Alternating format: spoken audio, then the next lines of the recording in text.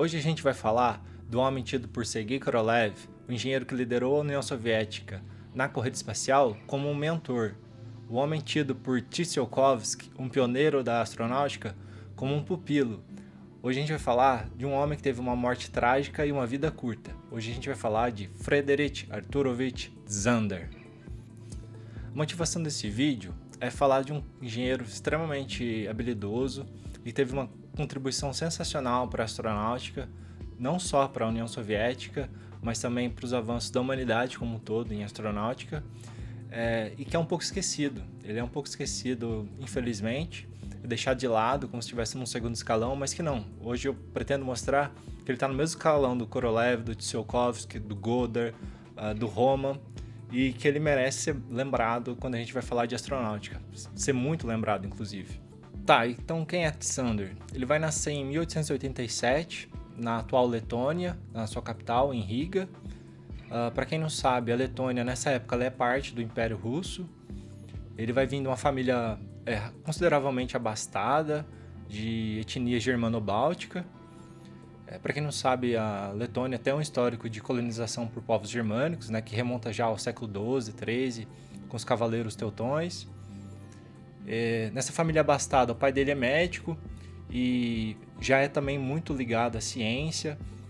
Ele vai fazer publicações e palestras relacionadas à ortopedia nessa época. Ele sempre vai estar envolvido com questões científicas e tecnológicas da época.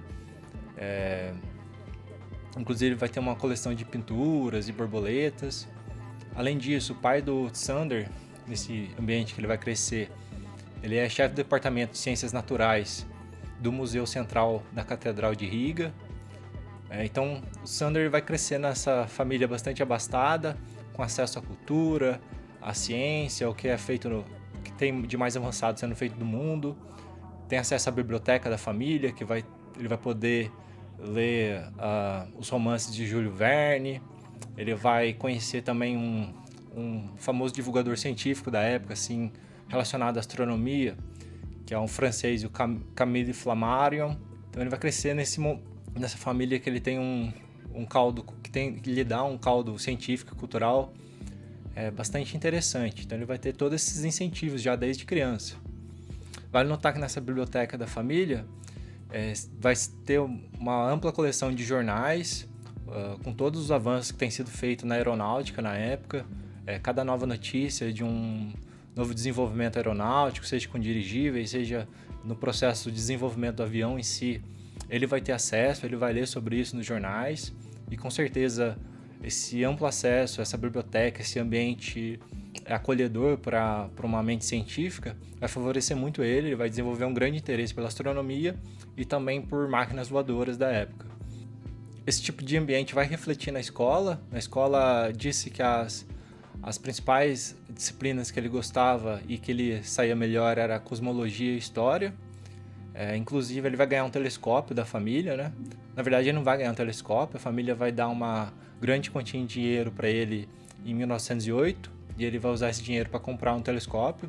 O telescópio está até bastante avançado para a capital ali, para Riga, na Letônia. Disse que o telescópio dele era até melhor do que o telescópio que tinha o melhor telescópio que já havia na cidade, né? Inclusive, a primeira menção dele em jornal vai ser em 1912, quando ele vai levar esse telescópio dele e juntar com os amigos da escola para fazer uma observação do eclipse solar que estava ocorrendo na época. Isso vai ser noticiado e, inclusive nessa foto aí, ele está aparecendo lá no fundo, essa foto que eu estou mostrando. Em 1909, ele vai entrar para o Instituto Politécnico de Riga, num curso de Engenharia Mecânica.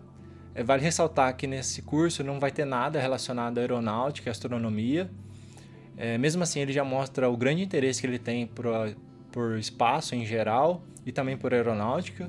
Na questão do espaço, a gente pode ver, já nessa época é visto no diário dele que ele faz experimentos no canto do jardim, numa estufa que ele cria, para averiguar a possibilidade de crescer alimentos, verduras, hortaliças dentro de uma nave espacial. Então, assim, bem jovem já começa a ter esse tipo de experimentação e de testar essas coisas.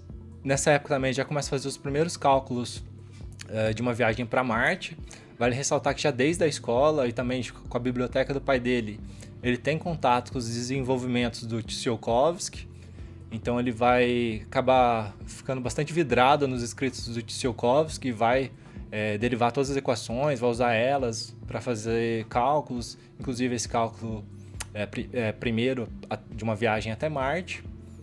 Além disso, também no interesse dele mais em engenharia, ele mostra interesse em aeronáutica, mesmo não tendo nada relacionado à aeronáutica nessa escola politécnica. Ele vai, junto com um colega chamado Knopp, ele vai propor a criação de um grupo de estudos aeronáuticos. Os dois, inclusive, vão até chegar a desenvolver um aeroplano. E a ideia é que tenha palestras e reunião dos estudantes com as novas notícias da aeronáutica. Vale salientar que nem faz tanto tempo assim, né, que você tem os grandes desenvolvimentos dos aviões. Então, em 1906, só que o Santos Dumont foi levantar voo com 14 bis. Então, ele está bem assim no espírito do tempo, né? Tá animando os colegas dele e em conjunto para fazer uma sociedade para poder discutir esses novos desenvolvimentos e tal. Inclusive, já em 1911, a gente vai ter as primeiras anotações dele de uma ideia que ele vai levar para o resto da vida, que ele vai ficar obsessivo com ela, que é basicamente um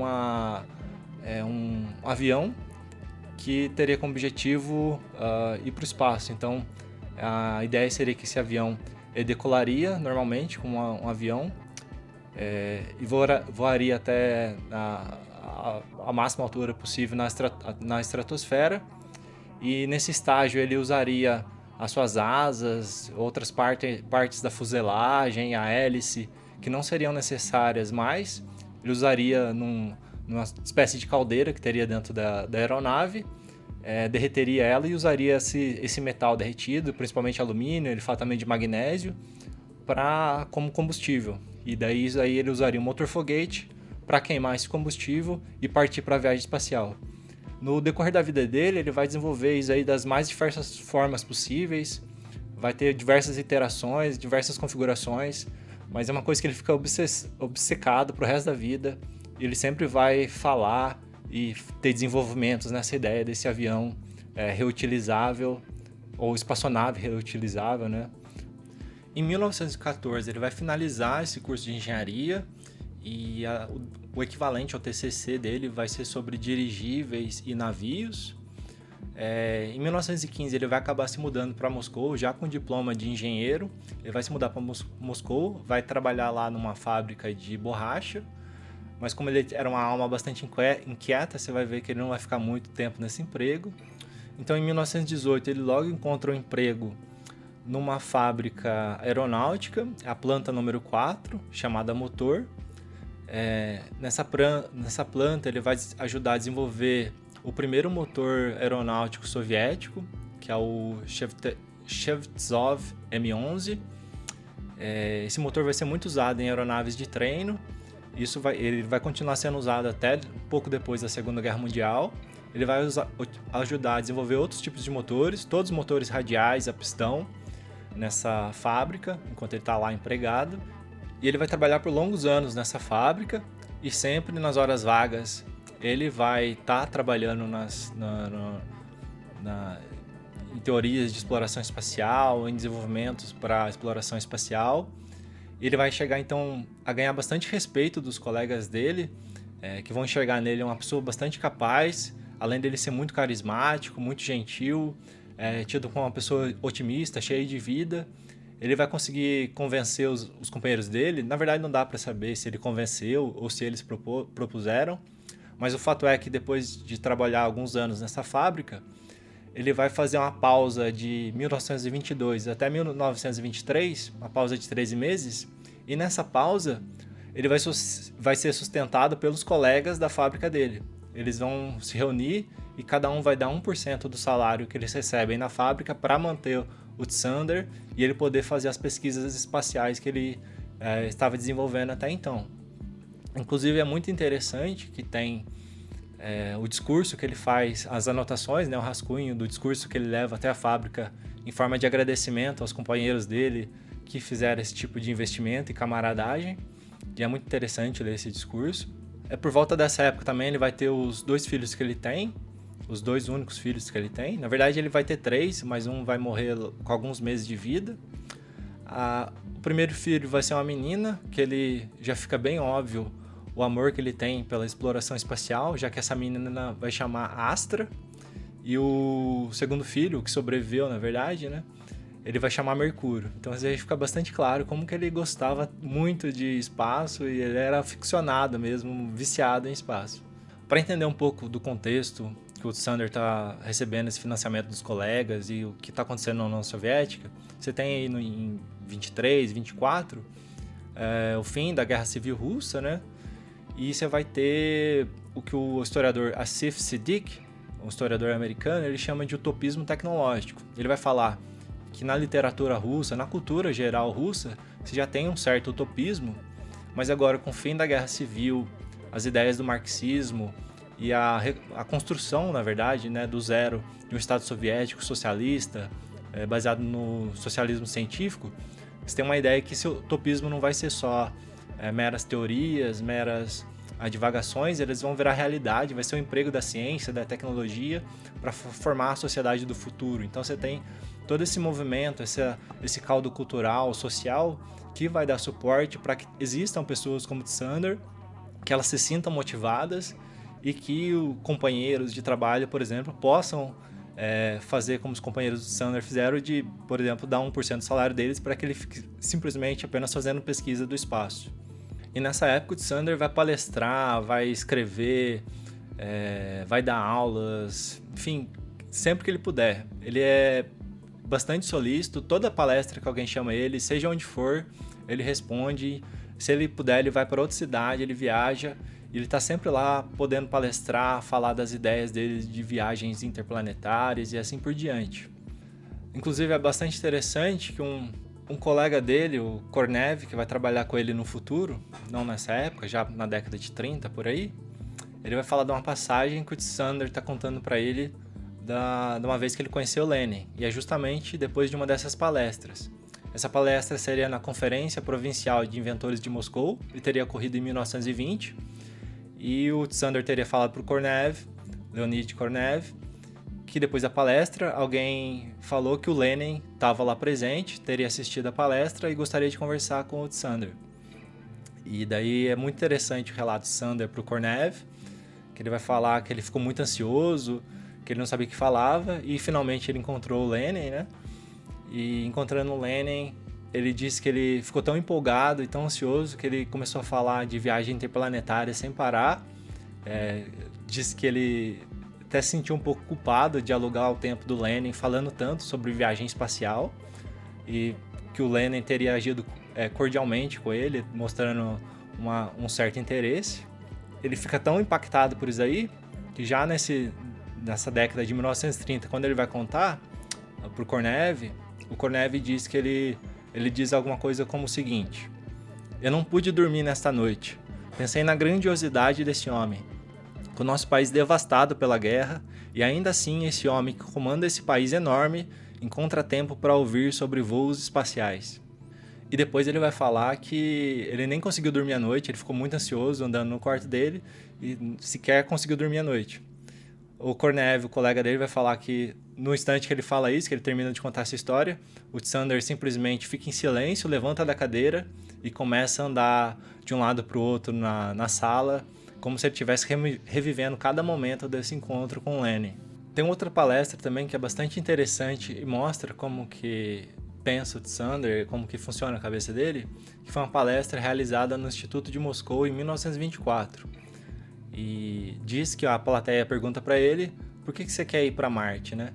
E ele vai responder, vai dar 2 respostas, na verdade. A primeira, talvez uma até mais sincera e mais direta, e uma segunda, que não dá para saber se é uma certa politicagem ou se ele realmente acreditava nisso. Ele nunca teve um grande envolvimento político, mas ele também em nenhum momento ele parece ser avesso ao que está acontecendo na União Soviética, né, da formação do Estado Socialista.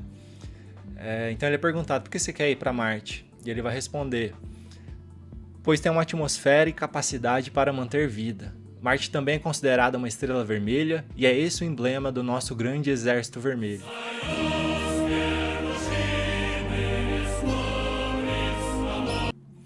Isso mostra um pouco também de como que era como que ele era espirituoso e sabia também falar e convencer as pessoas tão bem das ideias dele. Tem também outra terceira palestra, como eu falei, ele participava de muitas palestras e essa também é uma palestra marcante, que é a palestra que, após a palestra, ele vai reunir com outros entusiastas que estavam ali reunidos e vão decidir criar uma sociedade para o estudo de comunicações interplanetárias, que ela vai ser chamada pelas siglas OIMS. Esse vai ser o primeiro grupo que vai ser dedicado à causa da exploração espacial, que vai formar uma rede nacional e também internacional para trocar ideia, trocar teorias, etc.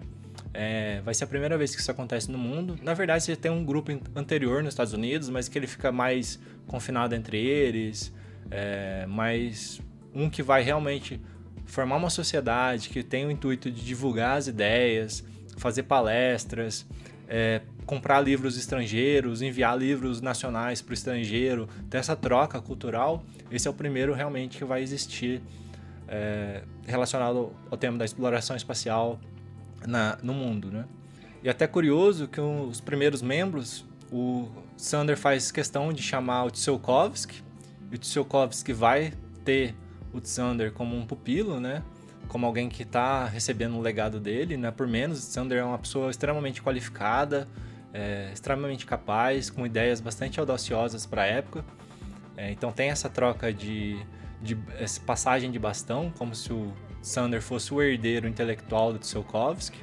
E sempre que o Sander começa uma nova empreitada, uma nova sociedade, um novo grupo, ele faz questão de convidar o Tsiolkovsky, e o Tsiolkovsky de pronto acaba aceitando o pedido de Sander.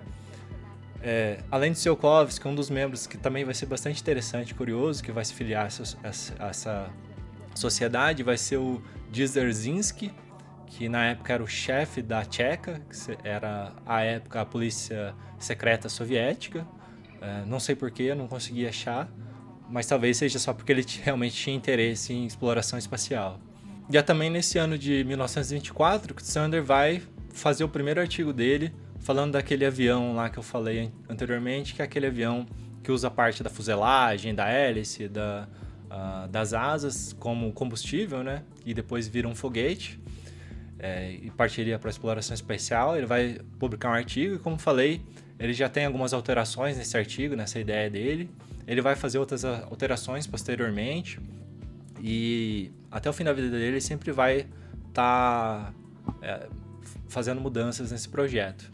Nessa época ele vai ter uma produção teórica bastante profícua, que ele vai propor várias coisas que estão muito avançadas no tempo, que só no decorrer da exploração espacial, bem avançado, que o pessoal vai começar a levar a sério e vai ver que realmente é possível aquilo. Mas o Sander não, ele é bastante à frente do tempo dele, ele consegue não só vislumbrar essas possibilidades, como trazer elas próximas da realidade, fazendo cálculos bastante precisos, corretos, mostrando uma grande desenvoltura em usar a matemática, a física e os conhecimentos de engenharia dele.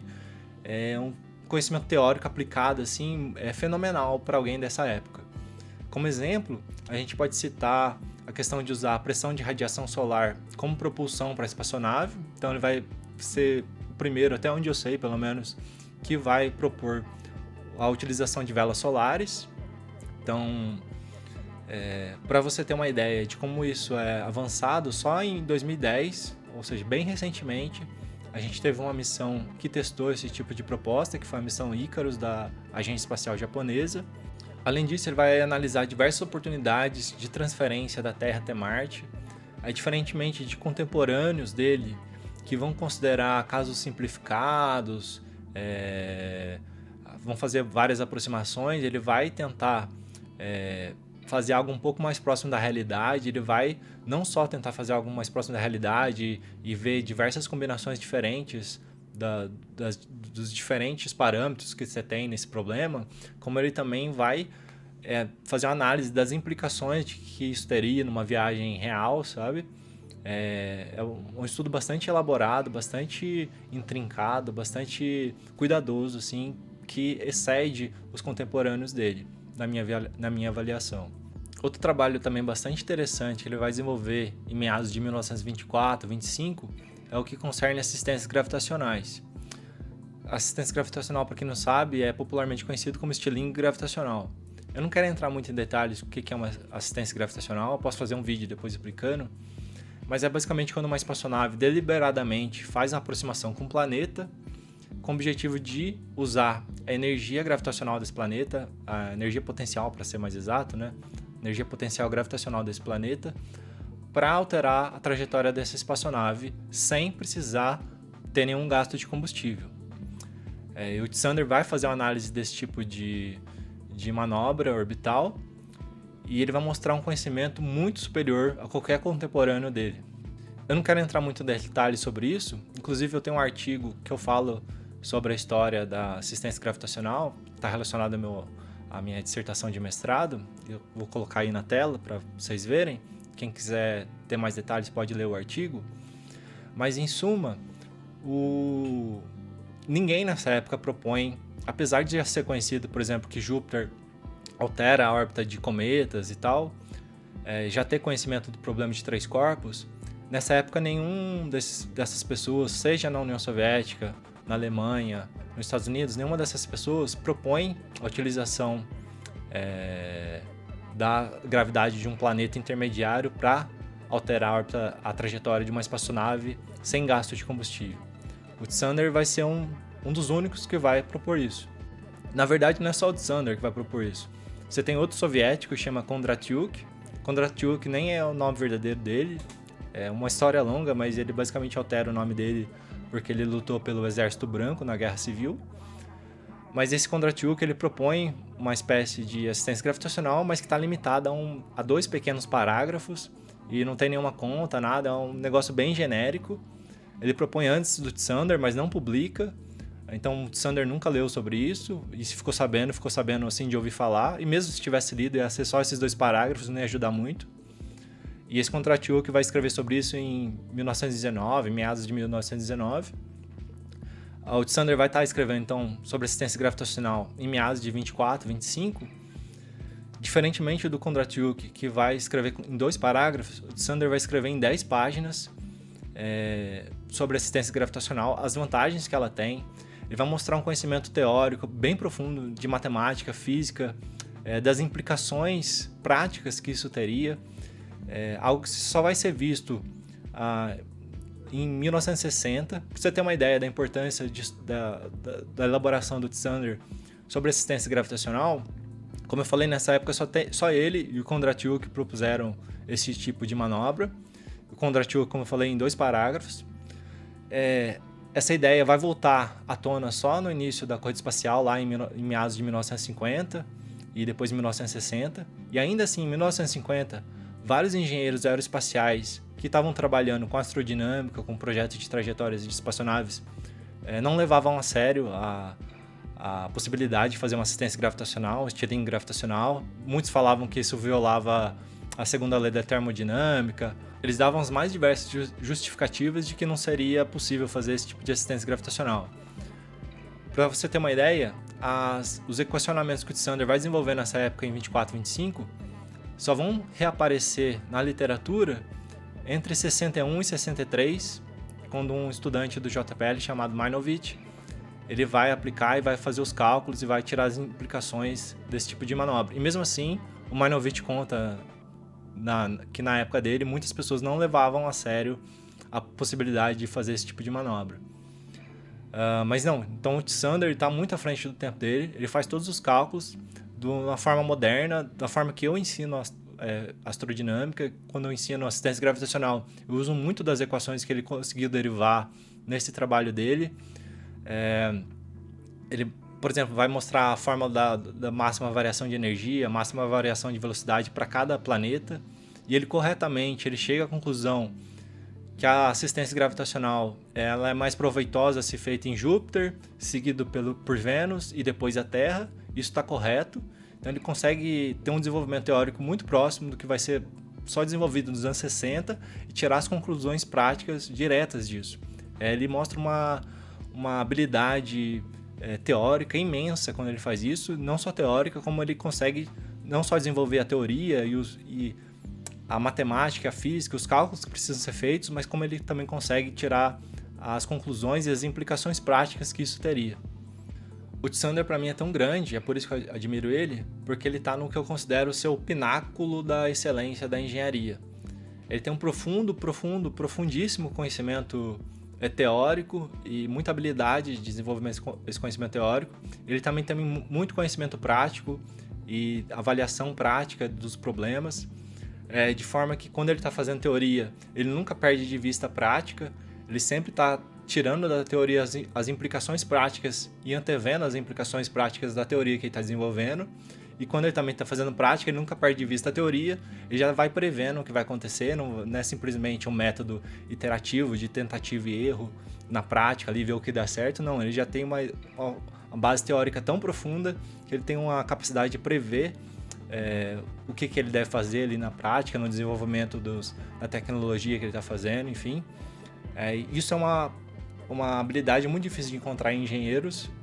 Inclusive, acho que eu nem conheço nenhum engenheiro no Brasil que tenha tão desenvolvido essas duas facetas. Inclusive, até tem uma crítica à engenharia desenvolvida no Brasil.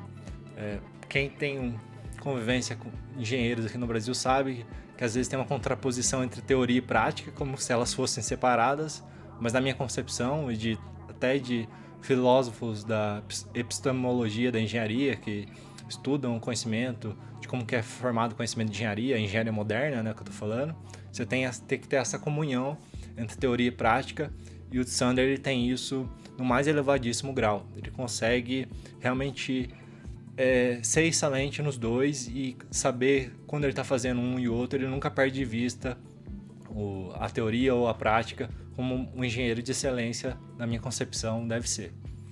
Em 1927, o Tsunder vai trocar mais uma vez de emprego. Dessa vez ele vai trabalhar agora no que hoje é conhecido como Instituto Central Baranov de Desenvolvimento de Motores de Aviação.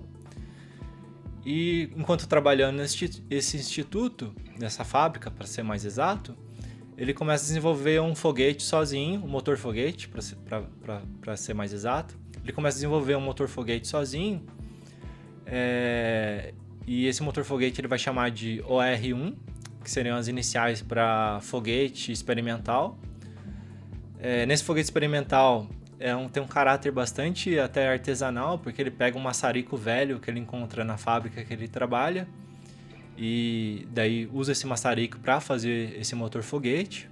É um motor bastante fraquinho, se eu bem me lembro, ele só gera de empuxo algumas poucas gramas de força de empuxo, então não é nada sensacional, mas assim mostra como que ele é sempre inquieto, ele está sempre procurando algo para fazer, principalmente relacionado a espaço, e ele nunca para.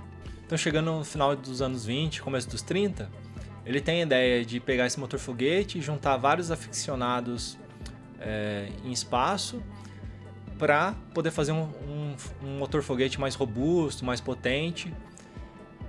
E a ideia é de conseguir fundos, né? Juntar várias pessoas para conseguir fundos para desenvolver esses motores mais complexos e mais potentes. E é assim que vai nascer o que fica famosamente conhecido como GIRD, Grupo para o Estudo de Movimento Reativo. E a ideia nisso ele é juntar várias pessoas e, como sempre, um dos primeiros que ele vai convidar é o Tsiolkovsky, que prontamente aceita. O Tsiolkovsky nesses grupos nunca vai fazer nada, porque ele já está bem velhinho, não pode viajar e tal, mas ele, tendo o respeito que ele tem pelo Tsunder, ele sempre aceita e sempre é um dos membros fundadores do grupo. E no GIRD não vai ser diferente, o Tsiolkovsky vai ser um dos fundadores, junto com o Tsunder e outros. E a ideia deles é pedir fundos para uma associação que chama Ossuav Yakin.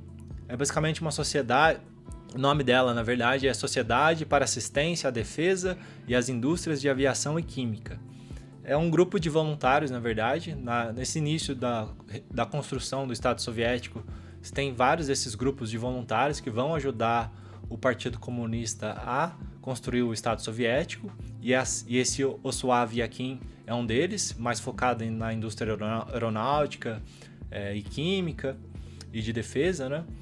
E a ideia do Tsunder é conseguir fundos com esse Ossuav Yakin.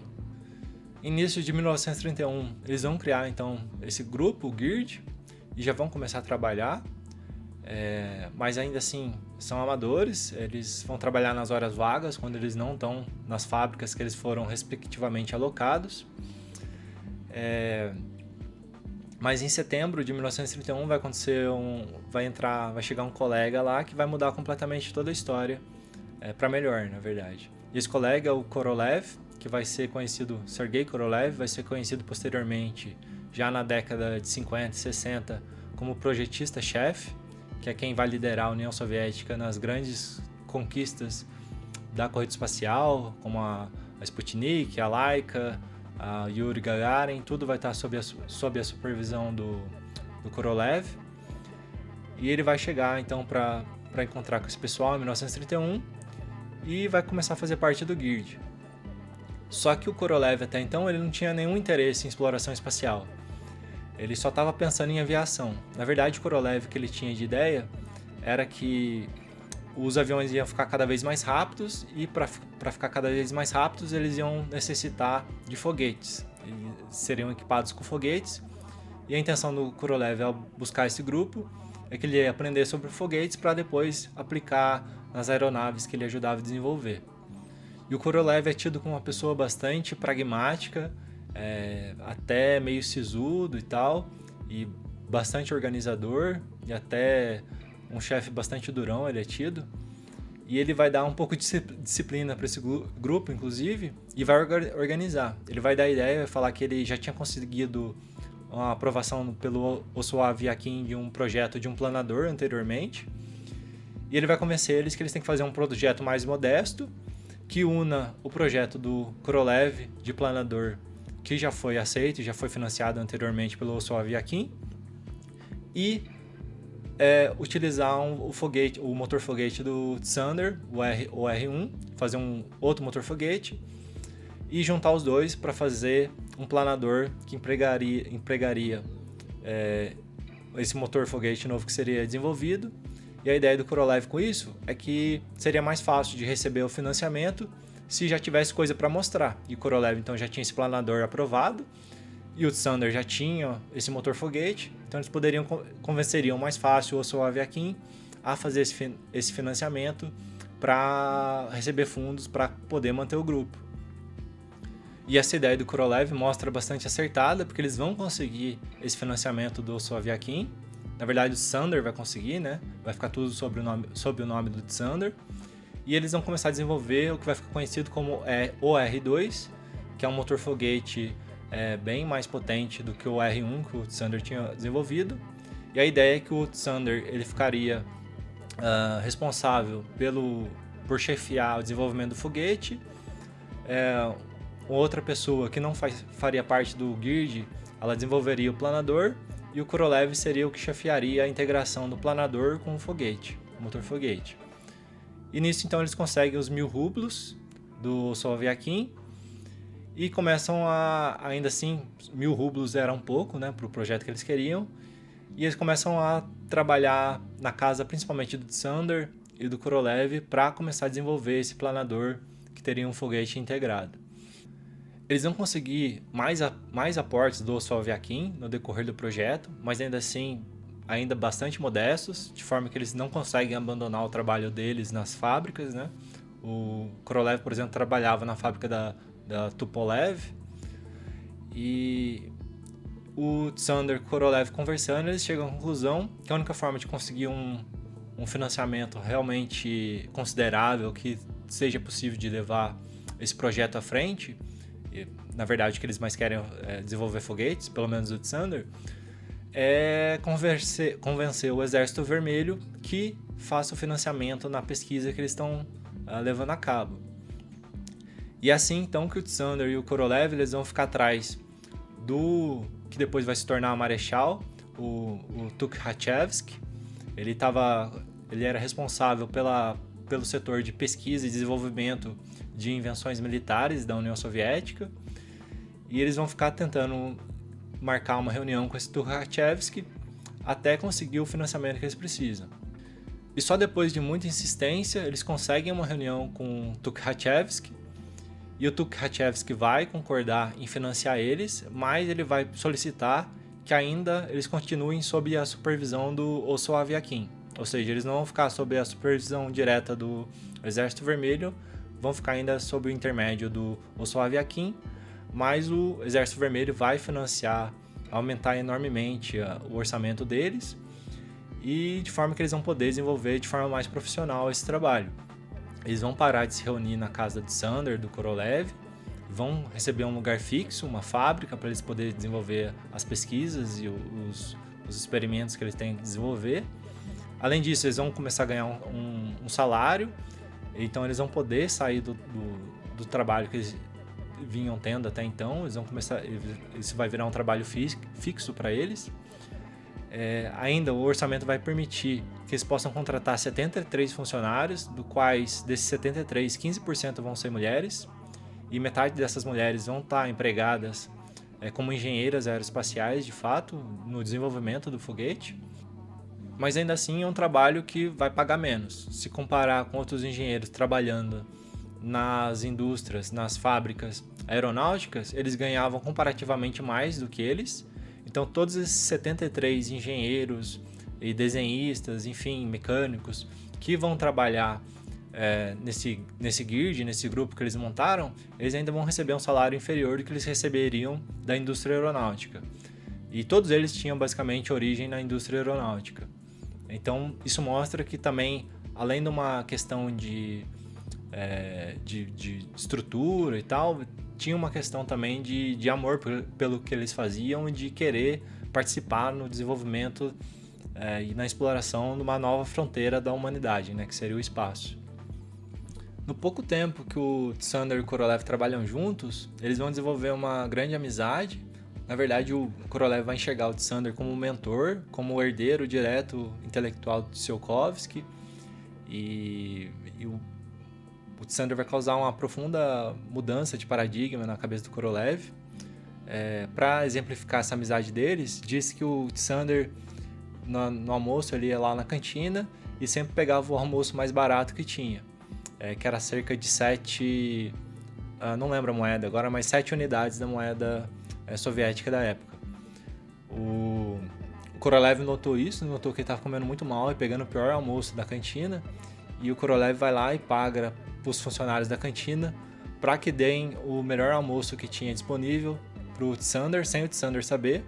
E assim o Sander começou a pegar o melhor almoço, achando que ele na verdade pagava 7, mas na verdade o Korolev estava dando a diferença, que somava no máximo 35. Então o Sander comia uma comida, um almoço que valia 5 vezes mais do que ele achava que ele estava pagando, pelo intermédio do amigo dele, o Korolev, que fazia essa espécie de financiamento.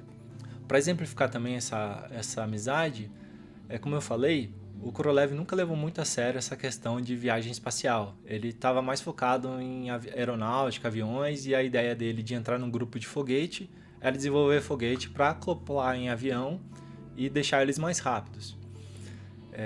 E é bastante interessante que nesse pouco tempo de contato, poucos anos que ele tem com o Sander, ele vai mudar completamente. Inclusive tem uma passagem bastante interessante, que o Korolev vai ser um típico hater, e tem um famoso divulgador científico lá na União Soviética que fala sobre viagem espacial, etc. E em 1930, 1929, não me lembro ao certo, o Korolev vai escrever uma carta para ele, e a carta inicia com ele tecendo vários elogios desse divulgador científico, falando de como era valorosa a contribuição desse divulgador científico e tal. E depois ele vai começar a querer editar o que esse divulgador científico deve falar, como deve ser o conteúdo dele, esse tipo de coisa. E ele vai até falar numa parte, eu vou ler aqui para vocês sentirem o nível de hater do Korolev. Gostaria que você não escrevesse tanto sobre viagens interplanetárias, mas aos motores foguetes em si, uma vez que estão mais próximos de nós, mais entendíveis e mais necessários. Um monte de bobagem já foi escrita sobre temas interplanetários. Isso está causando um enorme dano. Como você pode ver, ele não tem nenhum interesse em viagem interplanetária, ele acha uma completa bobagem, ele só quer saber de foguete, e porque ele vai aplicar isso em aeronáutica, Mas assim que ele conhece Sander, ele começa a mudar de ideia. E os amigos dele chegam até a relatar que se assustam com a mudança dele, que de uma hora para outra, depois de ter conhecido Sander, ele começa a falar de viagens à Lua, viagens a Marte, viagens pelo espaço e como é viajar pelo espaço. E isso mostra como é bastante impactante esse encontro dessas duas mentes para a exploração espacial. Outro ponto bastante interessante nessa amizade é que, como era de se esperar, o Marechal Tukhachevsky faz visitas periódicas ao GIRD para averiguar como estão os desenvolvimentos. E nessa altura já o Korolev virou o chefe do grupo.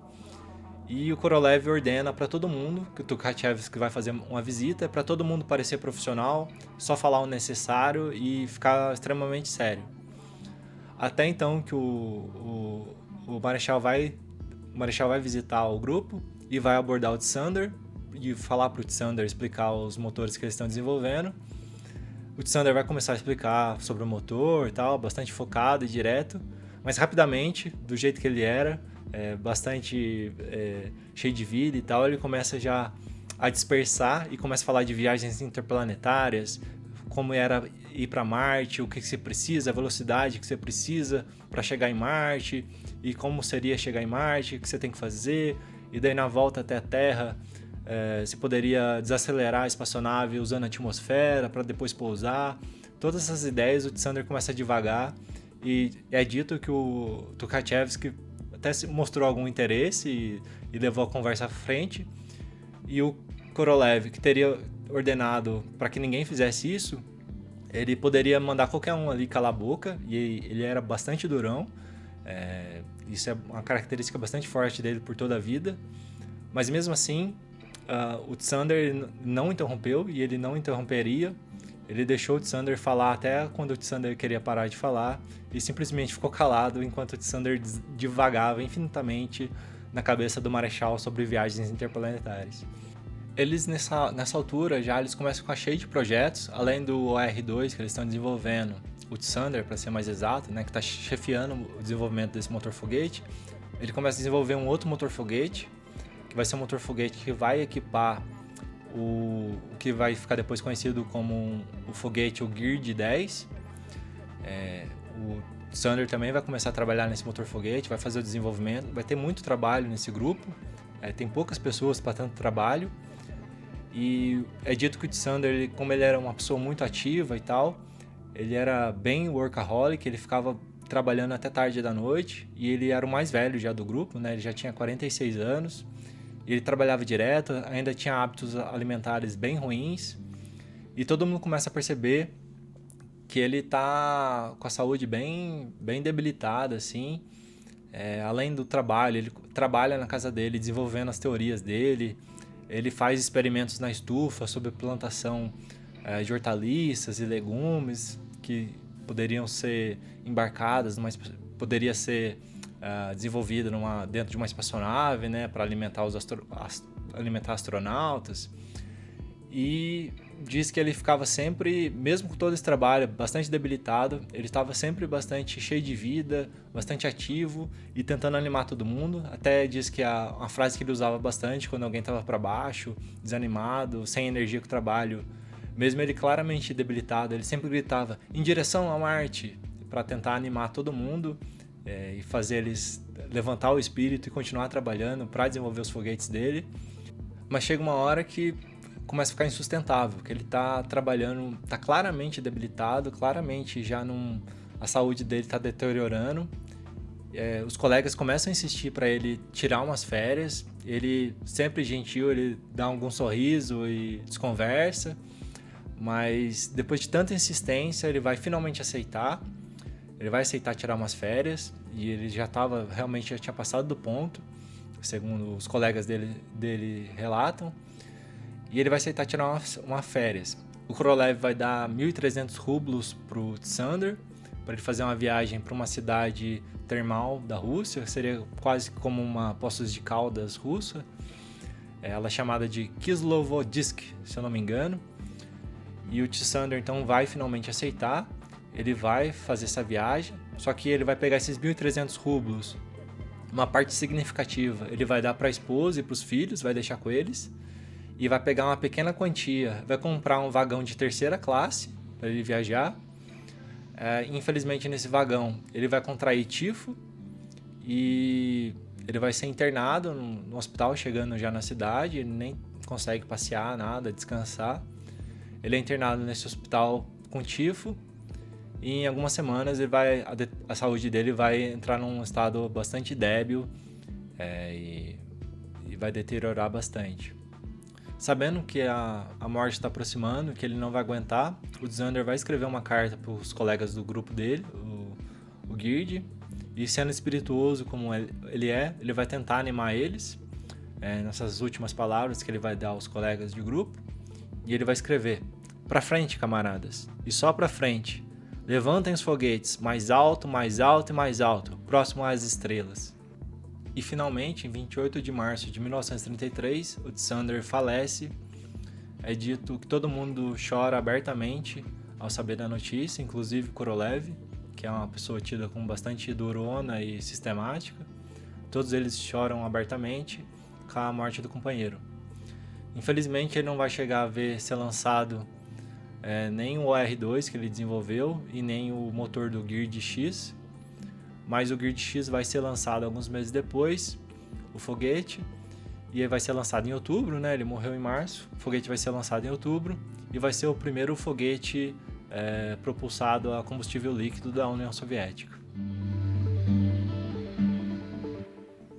Ainda que isso seja bastante triste, ainda mais na forma trágica que foi, talvez tenha sido a saída menos ruim para o Xander. Ele era tido como uma pessoa bastante otimista, humilde, cheio de vida. E os colegas dele do Gyrd não vão ter uma sorte muito melhor. Eles vão ter muitos deles, né? Grande parte deles vão ter um fim ainda mais trágico do que o Xander, depois de alguns anos. Alguns meses já depois da morte de Xander, o Gyrd vai ser reunido com um outro grupo sediado em Leningrado e vai formar o Instituto para Pesquisa Científica Reativa, o RNII. E esse RNII ele vai ser responsável então para desenvolver os motores foguetes soviéticos, né? Fazer pesquisas com foguetes, tudo sob a direção do Tukhachevsky. Início eles já estão diretamente sob os auspícios do Exército Vermelho. Mas o que vai acontecer é que em 1937 tem o início dos grandes expurgos e os processos de Moscou. E nisso o Marechal Tukhachevsky vai ser executado, condenado por uma suposta traição, em que ele seria membro de uma organização antissoviética trotskista. Ele vai ser executado por isso. Só que o fim do grupo não vai se limitar ao Tukhachevsky, vai ter consequências muito mais amplas. É criado na União Soviética nessa época um clima de histeria, carreirismo, paranoia, que vai levar a diversas mortes, diversas execuções, torturas, enfim. E o Gyrd não vai escapar disso. Tudo começa quando o Korneev é o mesmo que contou aquela história do encontro do Xander com o Lenin e que vai editar vários trabalhos do Xander nos próximos anos, na década de 40, 50, 60. Esse Korneev foi demitido 2 vezes do RNII e ele tinha uma certa armadura com o grupo, né? Principalmente com o diretor, que era o Kleimenov. E depois da execução do Tukhachevsky, ele vai escrever uma carta para o Estado Soviético falando que agora ele entendia o motivo de tantos projetos estarem atrasados no RNI, e ele vai citar o Kleimenov como também um participante, sem nenhuma prova, como um participante de uma organização antissoviética trotskista, e que era por isso que vários projetos estavam sendo atrasados, porque provavelmente o Kleimenov era também um traidor, assim como Tukhachevsky. E ele não apresenta nenhuma prova. Isso vai levar o Estado Soviético a começar uma investigação nesse grupo de propulsão a jato. Por enquanto fica só na investigação, mas assim que o Kleimenov sabe dessa carta e sabe que ele está sendo acusado, ele vai escrever também uma carta. Nessa carta ele vai direcionar ao NKVD e ele vai rebater todas as acusações e vai fazer novas acusações. Ele vai citar vários outros nomes de engenheiros trabalhando no instituto e vai falar que se havia algum atraso e alguma sabotagem trotskista no grupo, no instituto, isso deveria ser o trabalho desses engenheiros que ele lista, que vão estar incluso o Korneev, que denunciou ele, e também, além de vários outros engenheiros, vai estar o Kostikov. E essa carta vai chegar até o NKVD e também não vai acontecer nada demais por enquanto. Vai só as investigações prosseguirem, mas o Kostikov, que foi citado nessa carta do Klemenov, assim que ele sabe dessa acusação, ele vai também escrever uma carta, e nessa carta ele também vai acusar diversas pessoas, mais uma vez sem prova nenhuma, vai acusar diversas pessoas, incluindo o Klemenov, que teria acusado ele. E agora sim, como o Kostikov ele tinha uma história de militância, de aproximação com o Partido Comunista, já teria prestado diversos serviços ao Partido Comunista, isso dava a ele, como bem mostra o historiador Asif Siddiqui, um certo grau de credibilidade, de autoridade em fazer essa denúncia. E olhando retrospectivamente, é aí que o caldo entorna mesmo, que as coisas começam a ficar bem ruins, que assim que a carta é recebida pelo NKVD, eles vão prender o diretor do instituto, o Klemenov, logo vão torturar ele, vão fazer ele confessar, e logo depois da confissão vão executar ele, vão executar vários outros engenheiros, vários outros mesmo, e nisso vai começar a criar um clima vai aumentar o clima de paranoia, na verdade, e várias pessoas vão acusar umas às outras sob tortura, tentando escapar da tortura e assumindo crimes que elas não cometeram, até que enfim, como era de se esperar, o Korolev também vai ser alguém vai denunciar ele sob tortura, como também participando de uma organização trotskista antissoviética. O Korolev vai ser preso, vai ser brutalmente torturado, ele vai quebrar basicamente toda a mandíbula dele, a família dele vai ser ameaçada, até que então ele assina a confissão. Um dos grandes motivos que eles dão para o Korolev estar passando por tudo isso é que por aqueles contatos que ele e o Tsander tiveram antigamente com o Tukhachevsky, pelo financiamento e a patronagem do Tukhachevsky a eles no começo do GIRD, isso vai pesar contra o Korolev. O Korolev chega a entrar numa lista de execuções, mas depois ele é tirado por penas mais brandas, que é basicamente só ser enviado para um campo de trabalhos forçados, o mais brutal deles, que tinha as maiores taxas de mortandade, que é o campo de Kolyma. Ele vai ficar alguns anos lá, e tem todo um arco de sofrimento que ele vai passar, e a história dele é muito interessante também. Eu posso fazer um vídeo depois, e vai ter todo esse arco até ele chegar a virar o projetista-chefe da União Soviética. Mas enfim, considerando que o Korolev teve esse tipo de sorte, teve esse fim, né? Não é de se esperar que o Tsander também, como ele teve também essa patronagem do Tukhachevsky no começo do GIRD, é de se esperar que ele tivesse uma sorte muito semelhante do Korolev. Provavelmente ele também terminaria sendo torturado, no caso mais brando, né, sendo torturado e sendo mandado para um campo de trabalho forçado, assim como foi Korolev. Possivelmente seria essa a saída do Tsander. Para fins práticos, vai ser meio que o fim da pesquisa com foguetes na União Soviética. Vai continuar indo do grupo por alguns anos, mas todos os melhores engenheiros ou estavam executados ou presos e traumatizados pela tortura.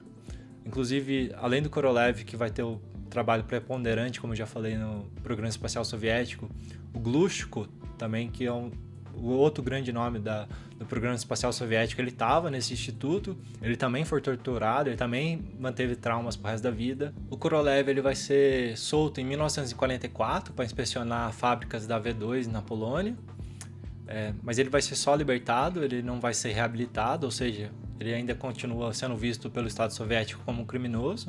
A reabilitação dele só vai se dar em 1957. Em 1958, como é de se esperar, como a gente já sabe, né, do futuro, ele vai ser o responsável pelo lançamento das Sputniks, da Laika, das missões Luna. Então ele vai ter um impacto profundo todo o imaginário que as pessoas têm hoje das vitórias soviéticas na corrida espacial. Se deve em grande parte ao Korolev, que era o projetista-chefe, o grande responsável. Mas acontece que depois das primeiras Sputniks, já com 55 anos, o Korolev ele decide tirar umas férias com a esposa e ele vai para a mesma cidade que o Tsander faleceu, em Kislovodsk. Chegando em Kislovodsk, ele procura o túmulo do amigo, que já está morto já há 24 anos. Ele procura em toda a cidade, não consegue achar de jeito nenhum. Ele vai embora da cidade e vai ordenar que um dos comandados dele, já que ele já tinha esse grande prestígio, estava num cargo bem alto de chefia, ele ordena que um dos comandados dele faça uma pesquisa, levante dados de cemitério, do censo da cidade, enfim, averigue tudo que seja possível até achar o túmulo do Tsander. Esse túmulo vai ser finalmente achado, vai estar numa região bastante remota da cidade, em condições deploráveis de manutenção, e o Korolev vai pedir a um membro do Conselho de Ministros da União Soviética, o Ustinov, por 60 mil rublos para poder restaurar o túmulo do amigo. E é assim que é feito esse túmulo que eu estou mostrando nessa foto, em que você tem um modelo do Gird 10 no canto, que infelizmente o Korolev não pôde ver voar, e inscrito em cirílico está um pioneiro da ciência de foguete soviética e um entusiasta de voos interplanetários. Pessoal, então eu quis trazer esse vídeo porque eu tenho uma grande admiração pelo Tsander. Como eu falei, ele para mim é um ideal do que um engenheiro deve ser, juntando com excelência tanto a teoria quanto a prática. Ele mostra uma capacidade tremenda. Como eu falei, se não fosse por ele, o Korolev possivelmente jamais teria contato com e interesse por exploração espacial. É ele que coloca essas ideias na cabeça do Korolev e mostra que isso é possível. É ele que vai pegar as ideias do Tsiolkovsky e outros, ideias até bastante especulativas, e vai desenvolver teoricamente, mostrando que realmente é possível. Infelizmente, ele é esquecido por muitas pessoas, quase ninguém lembra dele, sabe da existência dele, e ainda assim ele é muito importante, ele é essencial. Ele, para mim, está na mesma categoria do Korolev, do Tsiolkovsky, do Goddard, do Roman, do Oberth, todos eles. Ele é tão excelente quanto esses, se não for mais do que muito deles. Então, quis trazer luz para a história de vida dele, para os feitos dele. Se você quiser ver mais vídeos como esse, não esqueça de curtir, compartilhar. Por favor, se inscreva no canal. Não custa nada dar uma curtida, isso ajuda o vídeo a ser mais divulgado, então deixa o seu like aí.